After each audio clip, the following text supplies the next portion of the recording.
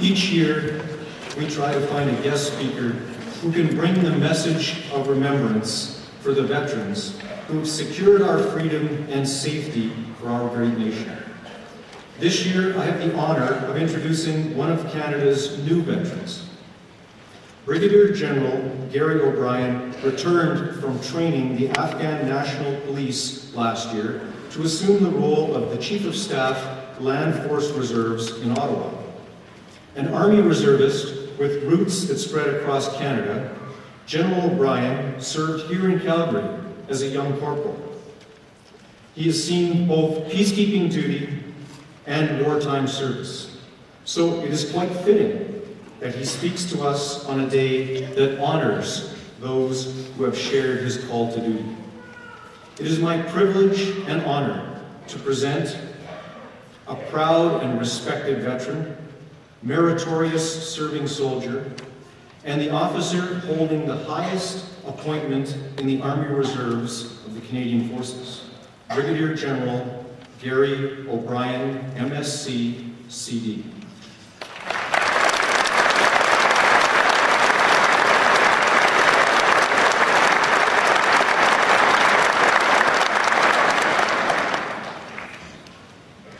Your Worship, veterans, serving members of the Canadian Forces, friends and family. Today is a complete honor for me to be here today to deliver this small address on this very important day. This day of remembrance made even more poignant by the fact that today there are over 3,000 servicemen and women serving in some of the world's most violent locations. This year has a special significance.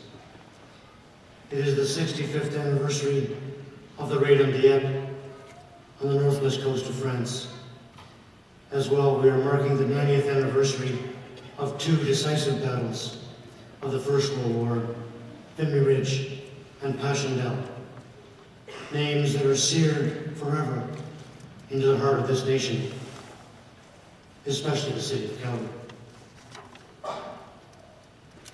Nous avons payé chemin, la paix et la liberté dont nous jouissons aussi, même au Canada. Depuis la Confédération envers l'Union, 2000 de Canadiens sont servis outre-mer de la force armée et plus de 110 000 ont laissé la vie. We are here to honor the sacrifice and courage of all of our veterans and our fallen. A sacrifice that has many dimensions and has been felt across our proud country since the early 1900s. From the hot African veldt, the treacherous fields of Flanders, the cold, unforgiving polar of Holland, the bitter mountains of Korea, the troubled places in the world where our forces have kept the peace, to the hot, dusty fields of the Penjouet today. Canadian servicemen and women have done their duty for Canada and its people. They are an important part of the fabric of Canada. They stood tall on the heights of Vimy Ridge, built schools for children in Bosnia, and now stand with their Afghan brothers, fighting to give them the same hope we all hold dear, freedom. Their sacrifice has earned this country its place in the world. Their courage writes Canada's name brightly in the darkest places we can imagine. We will always owe them a great debt. The changing world now demands greater sacrifices from more than our servicemen and women. The great work we've undertaken in these dangerous lands need more than the military. Foreign service personnel, police officers, and development workers now stand beside our forces and assume the same risks. All in the name of Canada and our national will to bend our backs to the world's problems. International operations have changed dramatically. In our time, Canadians are again shouldering part of the load, in spite of the risks, in spite of the dangers. This is not only for our own security, but also the peace-loving people of the world. Today, we are involved in complex missions that combine reconstruction and humanitarian assistance teams with our military forces.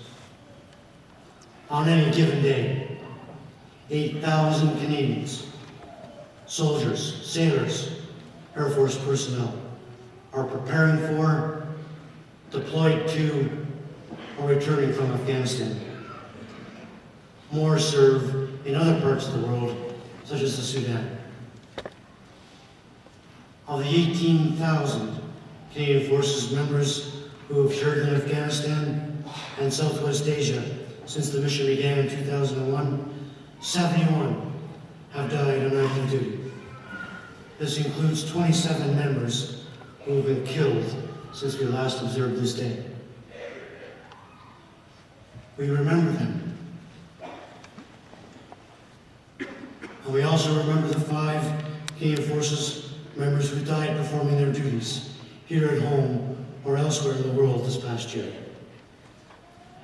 We mourn the loss of everyone, but the work must continue. Our commitment to the mission continues, whether it is search and rescue, missions in Canada, or securing Afghanistan.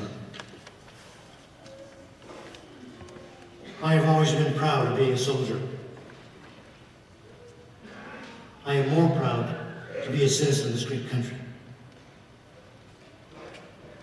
And every time I pass a person wearing a poppy, I begin to understand how proud and sacred we hold this remembrance of this day. I am also very proud of the good work our school systems and veterans organizations and civic organizations as they bring the messages to our youth so that we will truly never forget. The critical work of our veterans organizations also cannot be overlooked.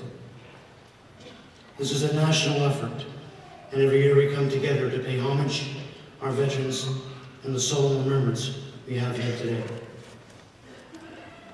Today, I am reminded of 2 regimental mottos that, for me, sum up every Remembrance Day. The first, from my last regiment, the Royal Canadian Regiment, is pro patria, for country.